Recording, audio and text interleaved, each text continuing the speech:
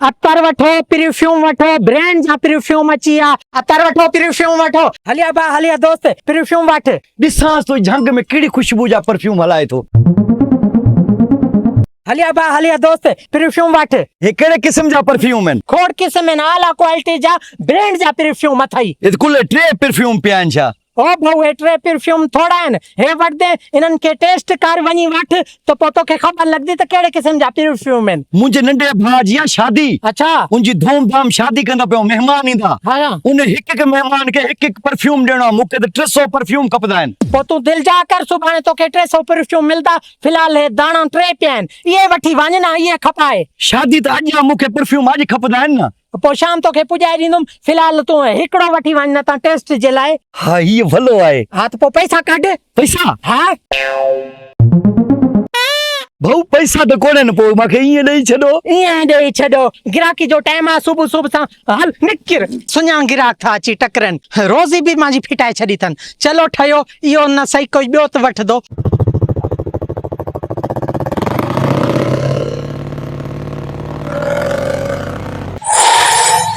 हेॾे छा पियो वेची? परफ्यूम ऐं अतर थो विकिणा तोॾा फाड़े ॾिस। सुन भैया बयान में तू परफ्यूम वेची तो बीठो आहे ये तोरा विकदा आहिनि या कोन बस ईअं ई बीठो आहे? 300 परफ्यूम हुया सॼा खपाए छॾिया आहिनि बाक़ी ये 3 दाणा अची बचिया आहिनि। मां वटि आला क्वालिटी जा ब्रांड जा परफ्यूम हूंदा आहिनि। ब्रांड जान बि हाणे अचां थो वोदा इहो चेक करे सघूं था? हा परफ्यूम भले चेक करे वठो न आज़माए वठो। चेक कर में का रुकावट न आहे।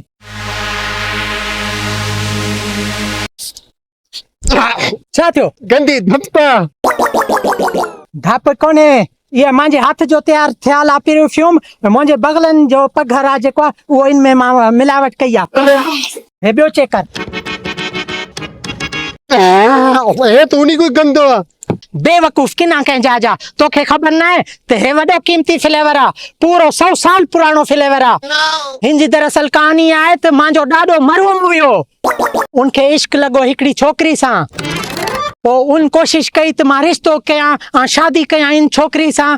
उन ॾाढी कोशिश कई पर रिश्तेदारनि न मञियो उनजो रिश्तो न थियो।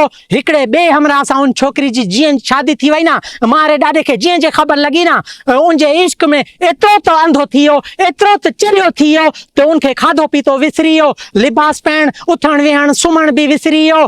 पोइ उनखे एतिरी त धप थी वई उन तर न कयो ॻोठ वारा सॼा परेशान थी विया चवनि पिया त इन धप खां असां बेज़ार थी विया आहियूं इनखे पकड़ो।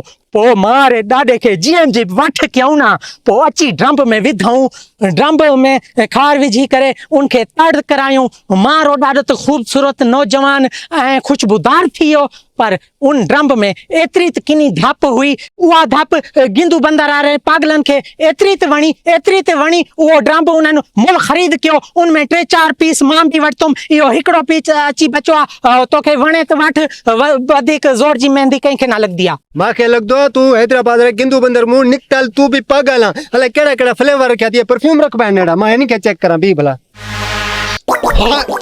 हिंदी हुननि को बि वधीक गंदी धप्पा छा खयो थी अलाए। हिन फ्लेवर जी तोखे सुञाण न आहे। ही फ्लेवर हिकु नशाई जी पुराणी ऐं फाटल जुराब जो बदबूदार फ्लेवर आहे। इहो फ्लेवर मां वटि ज्यादा मिक़दार में हलंदो आहे। ॾिखाइणो थी तो को खुशबू वारो परफ्यूम ॾिखाए या चाहे बदबू वारी चीज़ां ॾिखाए तो मूंखे मां न वठंदो इहा चीज़ मूंखे को खुशबू वारी अती तरे। हराम खोर पहिला ॿुधायां न खुशबूदार मां वटि हिकिड़ो रखियो आहे अचे हिनजी खुशबू चेक कर हथ ॾेखार।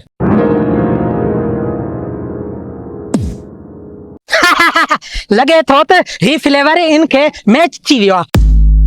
ही पूरो होश हवास में न आहे हे बेहोश थी चुको आहे कयांसि थो इन जूं जेबां ख़ाली।